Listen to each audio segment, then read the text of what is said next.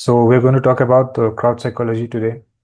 But before we start, I just want to give the bigger context behind the broader context behind why we are talking about this topic and why I have chosen this topic. So mostly we think that we are in control of our decisions and we have our own free will, and for the most part we are responsible for what we do, or we think that we know that what we are doing. We assume that we have full control over the decisions that we make and so on. But the short answer is I don't think so. There are a lot of other factors that play into this thing that affect everything, our decision making as an individual and as a group. So broadly, from my perspective, there are two ways to study this thing or to try to understand this thing. One is from a group perspective or a sociological, yeah, from a sociological perspective, and the other is from an individual perspective. So today we are going to talk about from a sociological perspective through crowd psychology and so on. And maybe in the future we'll try to cover this from a more individual perspective. So that's the broader context behind this conversation. So okay, now so we can start about, or you can start talking about what is your understanding about this topic and what you have learned or known so far about this topic.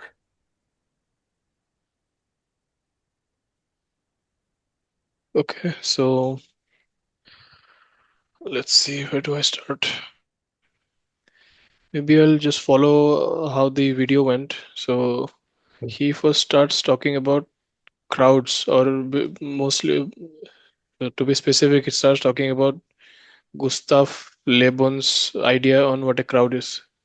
Yeah, So, as per Le Bon, the crowd is a group of individuals, right? So that is united by a common idea or a belief. And he mentioned specifically that the idea that they are bound by is not really chosen by them, but it is not chosen by them through some logical reasoning.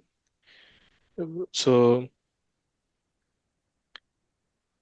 yeah, so basically, so crowds, they will accept beliefs and ideas at a very higher level, superficially, and in maybe extreme context, this could be used for revolutionary actions and such, is what is the opinion held by Le Bon. And what else did I understand? Yeah, as I said, the ideas are not really coming from the crowds themselves. So the ideas are bought into this group or the crowd by the minds of great individuals, is what they mention. So, and also I think they use the term specifically that the crowd members are by their very nature mediocre. So they do not have the capability of understanding complex ideas in their original form. In order for the idea to be influenced, to influence the crowd, or to get seep into the mentality of the crowd, it has to be simplified. So they accept the simple form of the idea, and then it is propagated amongst the crowd. And then he talks about so since the ideas are being propagated by individuals of a higher intellect, I guess.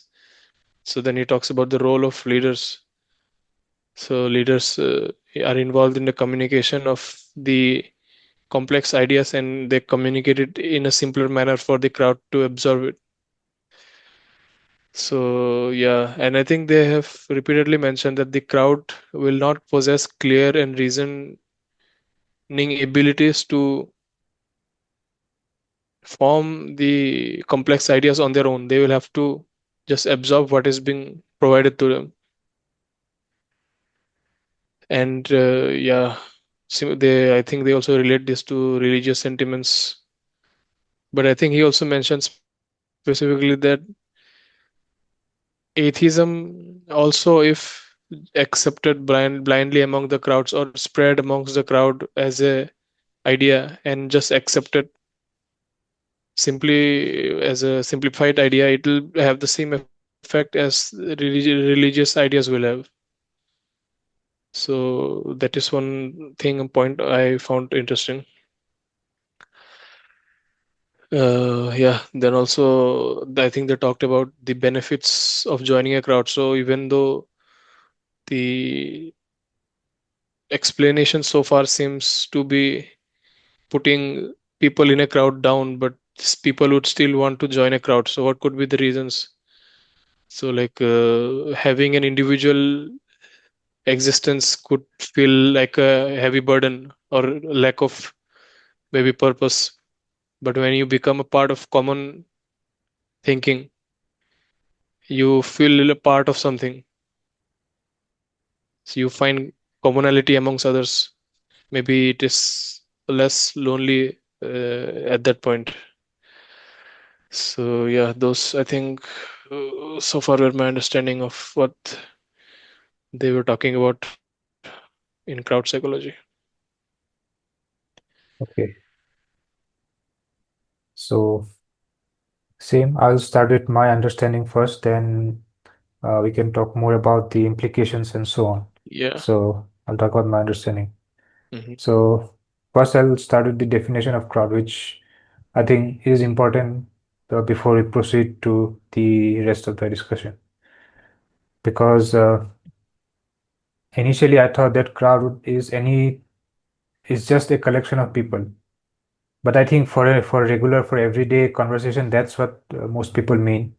But here, Gustave Le Bon definitely specifically says that, I think you have also mentioned it in the beginning, that it's a group of individuals that is united by a shared idea, belief, or ideology.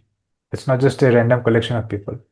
So people with a certain, yeah, set of beliefs, and there's something common that that they believe in that connects all of them. Yeah, so that's the definition of God. So based on Hmm. this, everything else follows. Now, what happens is that when an individual joins a crowd, they lose their individual rational thinking. It means they lose or they surrender, they give up that part, and they become a part of this collective consciousness or this collective brain or this collective intelligence. So in this process, what happens is that once they give up their rational thinking and become a part of this collective consciousness, they become anonymous. And once they become anonymous, they lose their sense of responsibility. I think that's in a way very intuitive to understand because suppose you are alone or maybe you are in the limelight and you try to show your best behavior because you don't want the rest of the people to view you as some outcast or some a crazy person because that's against your natural instinct because the natural instinct for us is to be accepted by society and you can all tie it back down from an evolutionary or biological perspective is that we all want to survive. And if people in our society looks upon us as crazy or some undesirable, they're more less likely to have contact with us, and we are more likely to be an outcast. So we don't want that. So yeah, so when we are being judged individually, we try to keep up with we try to put on our best behavior. But when we are a part of the group, we lose that we lose that singular focus that we have. So the things that we are, even though we have these urges as an individual, everybody has certain this instincts or this urges that I want to do something. But for example, if someone says something bad to you, you have this urge to punch him. But in an individual, like in a face-to-face, you won't do that for all the reasons that I previously mentioned. That you don't want to be perceived as a violent, crazy person. Basically, you don't want to be perceived as something that will make you an outcast and decrease your chances of survival. You want to be accepted as a part of society. But when you are, yeah, in the part of the group, you do not, no one gives you this singular focus. So your instincts take over. That's what this means. So yes, so that's what it means that when an individual joins a group, they have they can potentially behave in ways that they would never behave individually. Okay.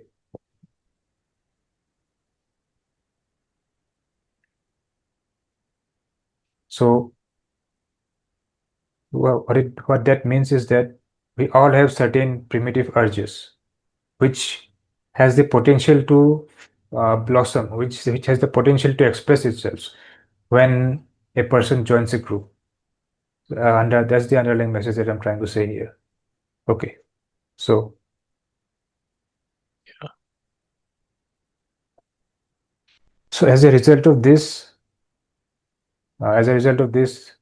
so far I've said that the loss of higher order thinking, like rational, logical thinking, goes away, and more primitive uh, modes of thinking is the dominant one. As a result of this, there is a higher chance of success. What is the susceptibility? Yeah, which means you are more prone to suggestions, like which you again you have mentioned all of these things previously. That if someone says you something, you'll quickly understand. You'll quickly accept it because you have surrendered your higher order thinking skills on behalf of instinctive, and emotional kind of thinking. So you are much more prone to accept anything people suggest you when you're part of a group. And because of this, because of susceptibility, it's a very hard word to pronounce. Susceptibility, this leads to contagion. Now, just like in biology, the contagion means a disease that spreads very fast. That's the so we have this contagion of ideas in a crowd. Now, again, each and every member of the crowd, each and every member of the crowd, they give up their sense of higher order thinking skills, and they are all using their emotional instincts. So if one idea is being told to someone, he'll tell it to someone else, and that person again, he won't think, he will just believe in it, and so on and so forth. This thing will just spread like a wildfire in the whole crowd because no one is going to give it second thought or some critical thinking that whether this is correct or wrong. If everyone is believe it, I might as well believe it too. So this susceptibility leads to contagion.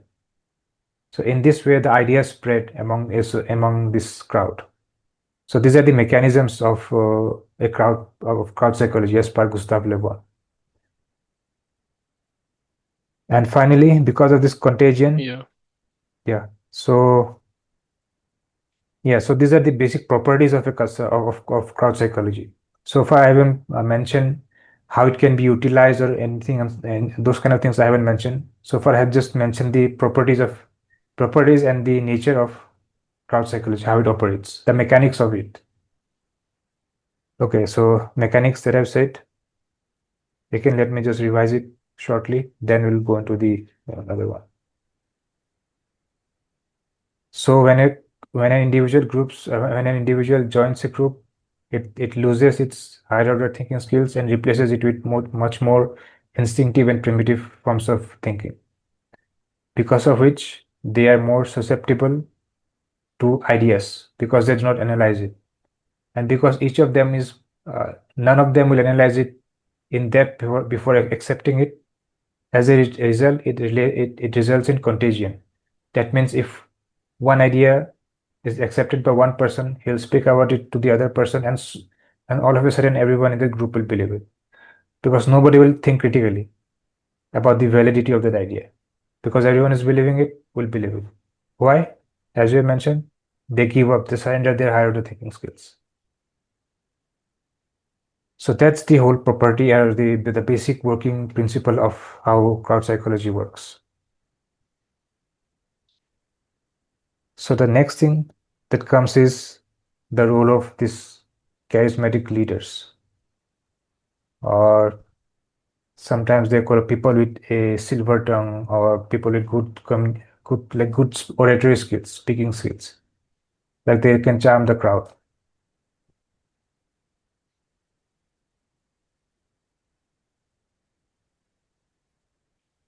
So now these people, they have the ability to use this crowd to their own benefit.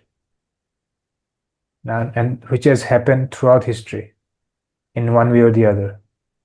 Because these people, so by understanding, I don't mean so these people understand how crowds work at an instinctual level. Meaning, by understanding, I don't mean that they have studied or anything.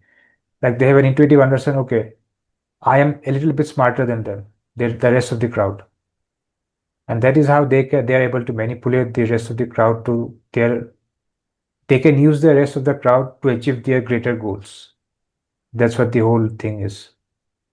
And by after learning about this, it makes me rethink about many of the historical things that we have learned or studied, like things about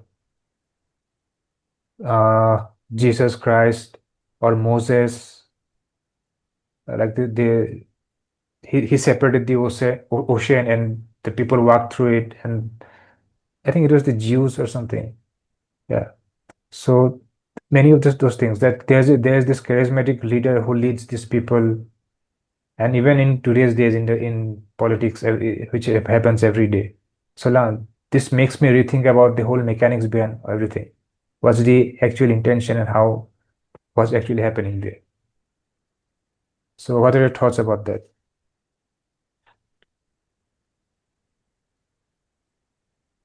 Mm, so I think, is it not a very simplistic view of crowd as a whole?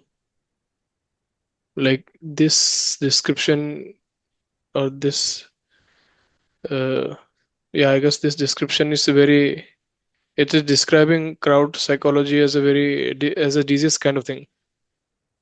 So like only negatives comes with part of being a crowd. And then also in a way, just there's no, how should I say it, they're simply the argument they're simply giving is a person is becomes dumb to be a part of a crowd. There cannot be, I mean, the person could have gone through a critical thinking phase and decided to be part of that crowd. It doesn't always have to be that since he is a part of a crowd, that means he has given up his critical thinking capacity and he's not thinking rationally and stuff. You could still, by your own accord, have chosen to be part of the crowd because you see, after critically thinking about that it has benefits to you. I think it is simply, this argument is making it seem like it is a very master slave kind of situation going on, that the master has given an order and the slaves are just accepting it, whereas the group could have, or the person who has decided to be part of this crowd has gone through some critical thinking by himself and decided that this is the right thing to do for him, which this argument or this person's views are not reflecting, is Okay. what I think. Because I So also think whatever he's mentioning is true, but I yeah. think he's leaving out one complete other area or perspective of crowd psychology. Okay. So first I'll talk about the perspective of the video that we are talking about. So it's from the channel called Academy of Ideas, Yeah. and I've been watching it for years, and I understand the bias of this channel. So this channel is all about promoting the significance of the individual. If you look at each and every video, that's what it's all about. It's about creating, I think so, their whole tagline is enlighten people for an enlightened society or something like that. So what they're talking about is, at least they are the motivation behind them creating their videos is to create a society to help people become critical thinkers and to educate society so that they are not just NPCs. which is the whole idea behind everything that they talk. Hmm. So, so since all of their videos are from that thing, so this since that's the mission they're trying to accomplish, that is why I think they are mainly focusing on this area, that how crowd psychology can be manipulated for this kind of gains. So I think that's the whole motivation behind. Uh, that's why Yeah, so in that they might context, have. it does make sense because there will be yeah, so there will be a majority of people who will not really think about ideas, and just if it seems right to them, they will just accept it. Yeah. But yeah, there will also be a group like which will go through rational thinking steps and will decide whether to really believe what is being told or not. And I think, yeah, generally as a whole, the population which can be easily manipulated is higher than the ones that will actually stop and think. And it is actually very high. So with what you have said, I agree that many people might have joined a group that uh, but because see, one way or another, we're all part of a group. For example, I watch football, so maybe I'm a fan of certain clubs, or for example, certain philosophical beliefs like Stoicism or Advaita Vedanta. There are certain kind of beliefs or things that I want to incorporate in my life. So yeah, I believe in those kind of things. So by definition, I am a part of that system. But then again, the difference is that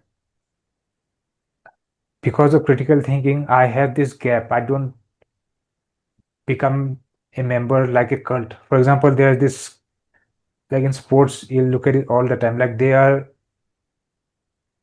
this, they have this allegiance with their club that nobody can say anything bad about this. They fight, they kill each other. Means if you look at those fights in within the stadiums or outside or Hmm. those kind of things. So that means you become this part of this group. You just lose your individuality in those things. That's the kind of thing that I have. Uh, Yeah. I think they are mentioning because they are not critical, which most people are not.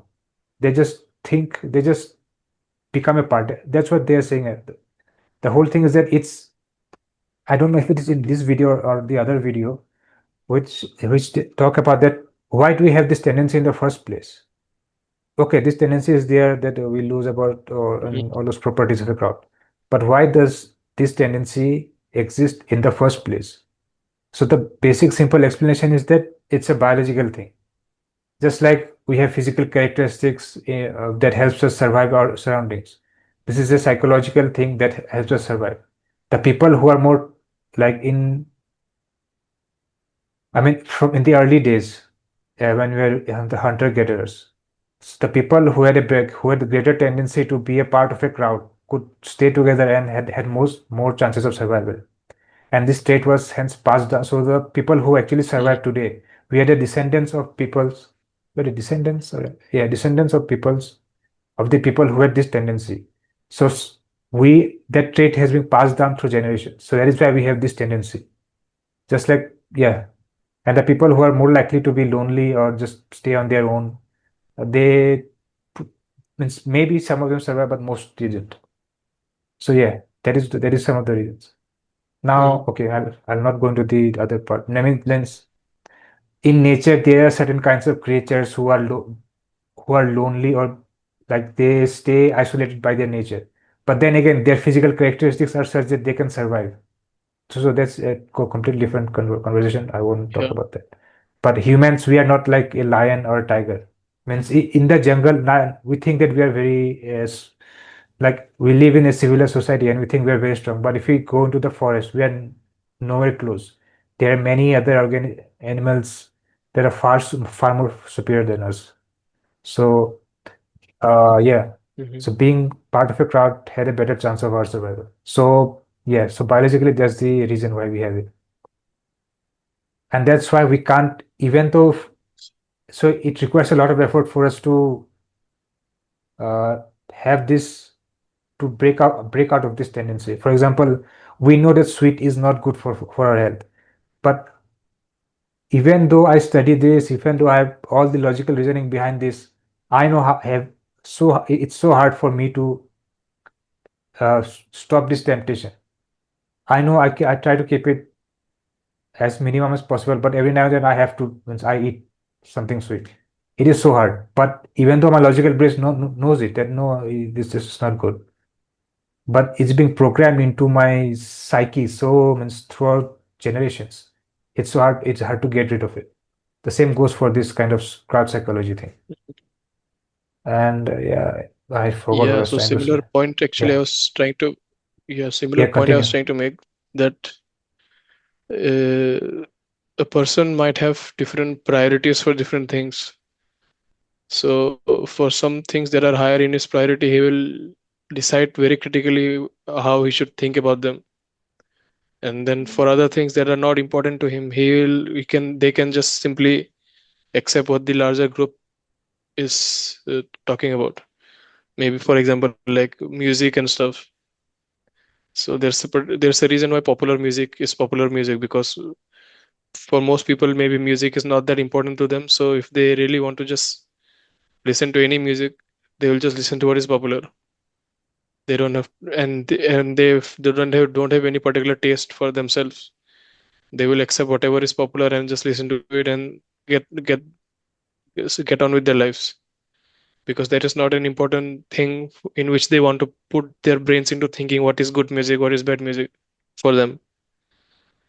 So I think that is also one, could be one reason why certain kind of crowds could be formed. Yeah. So is, yeah, I think, yeah. So that is one point. Okay, so now so one thing that I've observed is this lack of critical thinking. Uh, so recently, as I was looking into perplexity quite a lot, and I think this whole idea came to me like after watching a few videos about perplexity, how good it is, and so on. Then I went to the CEO, Arvind Srinivas's Twitter, and he is a very good marketer. Like his tweets, everything. Yeah, he hypes up the product so much. And I think I thought of myself that I'm a very critical person and so on. But suddenly, and then that's why I thought that yes, it's a very great product and so on. And because I use it every day, I do think it's a great product. But eventually, I realized that it's also quite a lot of hype behind it. Because in one video or one article, I read that it's not even in the top 50 or the top 100 apps on the App Store. So its daily active users or the monthly, some statistics which was shown. So compared to other apps, it's not that high. So there's also a lot of hype behind it.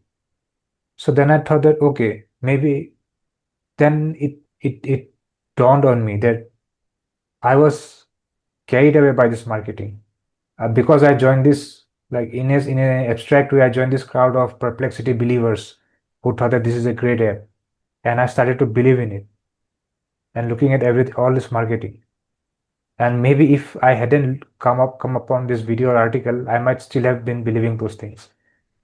So even though I think of myself as a critical thinker and someone who researches on business strategy, still I got fooled by this thing because this thing is so much ingrained in our mind, the psyche of having a charismatic person talking a good thing about a product that you start to forget all about the logical statistics behind it. You just get pulled by this personality, this charming personality.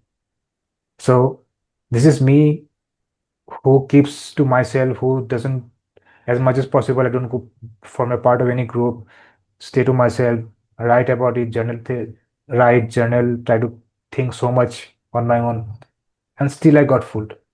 Then consider the general public, how easily they could be manipulated by professional people whose whole job is to manipulate other people for their own gain.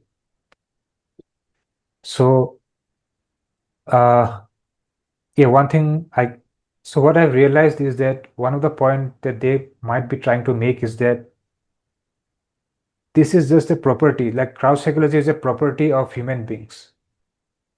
It's neither good or bad, Mm-hmm. but there could be certain individuals that could be using this thing for their own benefits, and they are trying to make others self-aware, that be aware of your own psychology. This is how you could be manipulated by others. That's one of the things that I'm getting from here. So what do you think? Yes, so now that you say, I think it makes sense. I mean, initially I took all the arguments as it being as them being a criticism of crowds themselves. But I Yeah. think what they are trying to say is to think about why are you a part of any crowd. So if you should stop and think and like go through the arguments of why you should be a part of this crowd. How are you just blindly following what they're saying, or do you really have any critical opinions? So I think essentially it is not really wrong to be a part of a crowd. You'll have to be part of some crowd or the other, but maybe just stop and think why you are part of that crowd. Yeah. Even I And did. also one point is coming to my mind. So, and I think it's not exactly related to this, but and also it could be some kind of an extreme example. But for example, think about cults and some dangerous kinds of cults. So those are a group of people who have maybe some dangerous thoughts, and they approach someone to be part of the cult. And if you are a critical thinking person, you will maybe realize that it is a cult and you should stay away from it. But the circumstances are such that you cannot really say no to them. And if you directly refuse to be part of that crowd, maybe it is dangerous. It'll have immediate physical harm to you. So you decide to go along with it for now. Mm, it seems more like a novel or story I'm thinking about, but this kind of situations could happen, that someone is forced to be part of the group even though critically they know they should not be. Yeah. Yeah, I understand this, Yes. because again, this kind of means even if you don't want to, in some ways you have to be, because it comes down to your own survival. Means if you people think what, like he's a loner, why doesn't he do those things? Then Hmm. it will indirectly affect your own survival chances. So those are the things. Okay, so yeah. Uh, so now, right now, we're mainly talking about the concept of crowd psychology. Now, there are many practical ways, like case studies, that I want to talk about, but uh, or maybe in some different time. Because so we have 4 minutes now, so just we'll discuss some more other theoretical concepts or just the conceptual things, and in some other day Hmm. we'll talk about the practical uses, how they're being used. So yeah, so again, the main idea I want to say once again, that we think we are fully in charge, or we think that we are making our own decisions, but because of crowd psychology, we are not really sure. And especially if you're if the person, if you're someone who is not a critical thinker by default, that the chance is even greater that the things that you think, that you have decided that you want these things, but you are probably not even aware the kind of marketing and influence that goes on in our society today, mostly in Hmm. both in politics and in business, that creates this wants within you. You don't even realize. You think that, yeah, I from my own free will I have decided to buy this thing or to be interested in this thing, but you're not even aware the forces that is behind those scenes, that is working to manufacture your own desires, which you think that is your own, but it isn't actually. So whenever talk about, when I say this thing, and I've heard other people say this thing, I think that that has always been true, not just now, throughout the history of time. Like if you're a part of society, you will always there will always be some influence upon you, which will decide your likings. For example, if you are in Brazil, you're more likely to play football, and if you're in India, you're more likely to play cricket. So you did not come up with deciding to play cricket or football on your own. Because you're part of society, you're influenced to play this game. You're more likely to play one game over the other. But those are some natural, there is a natural outcome. What I am concerned is, and what probably the Academy of Ideas concerned is that this thing can be purposefully used by businesses and politicians to direct your thinking Mhm. into something that may not be beneficial for you, but beneficial for them. That's the main concern here. So yeah, do you have any Yeah. thoughts? We have 2 minutes. Yeah, I mean, same thoughts as well. No, nothing more to add. Okay. So okay, so that's all from the conceptual perspective. Now, next time I'll talk about the practical case studies. The most famous person who has used this crowd psychology and the unconscious part is Edward Bernays. Like he's the father of modern marketing, the way marketing is done these days. Okay. He is the he's considered the father of modern marketing. Like in the earlier days, if you wanted to sell something, you simply give the product specifications that okay, if this is a car, the engine works like this, is a black color or anything. That was the marketing. But he has introduced this idea that don't appeal to Okay. this technical specification, like target the emotions of people. So we'll talk more about that in the next discussion session. Okay.